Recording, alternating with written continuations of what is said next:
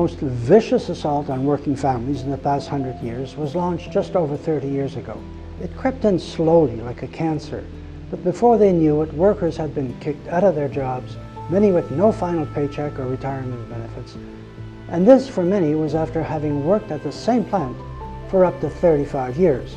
I was greeted by 8 cop cruisers telling me I have 2 minutes to get in a building and get my stuff and get out. No paycheck, no job. And we're almost at retirement age. We're so close.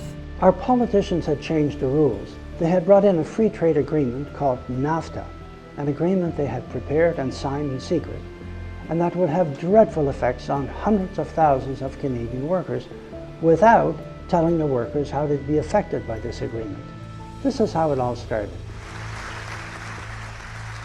December 17, 1992, a special day for the Prime Minister and his cabinet. I am sure that Canadians will recognize that the North American Free Trade Agreement is a good agreement for Canada and a good deal for Canadians. The North American Free Trade Agreement. Few Canadians knew that much about it when it was made law 20 years ago, except that free trade was guaranteed to create jobs. Good jobs. That was the word of the politician. Free trade agreements made it legal for companies to break their collective agreements, shut down their plants overnight, and move to states or countries where labor was cheaper. And many of these corporations had already received generous financial benefits from Canadian taxpayers. For example, Caterpillar, with assets of over $82 billion back in 2011, told its workers to take a 50% pay cut or they'd move their London automotive plant to Indiana, which they eventually did. I think they're nuts. I really do.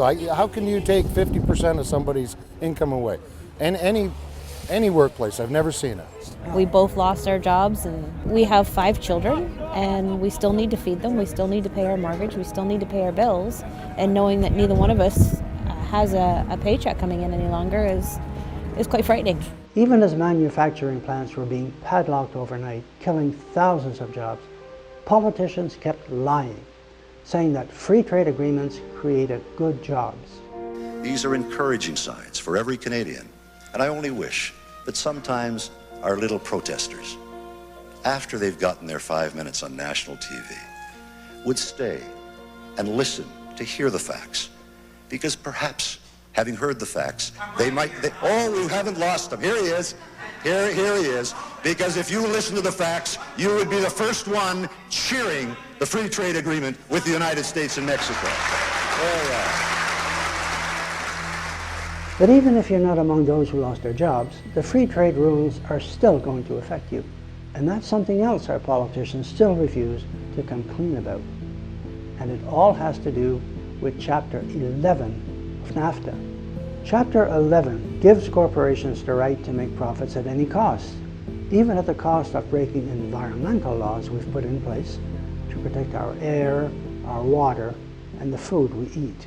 In fact, should any of our environmental laws prevent corporations from making profits, then corporations are legally permitted to sue Canada, not in an open court, but in a special secret court that represents only corporations. And the results of these hearings are also secret. Today, Canada is the most sued country under NAFTA. For example, when the province of Quebec brought in no fracking laws, mining giant Lone Pine Resources launched a $250 million lawsuit against Canada on the grounds that the Quebec law prevented the company from making profits. And that's NAFTA.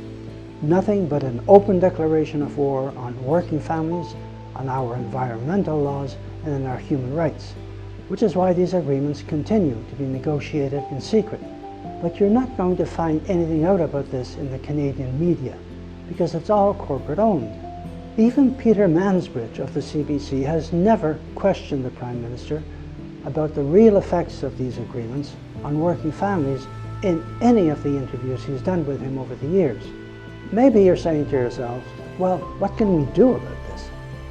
Well, we know this much. Our politicians have had 30 years to bring a sense of decency and fairness to these free trade agreements, yet Canada is more committed to them today than ever before. Nothing has changed. All we have is our voice, and we mustn't be afraid to raise it.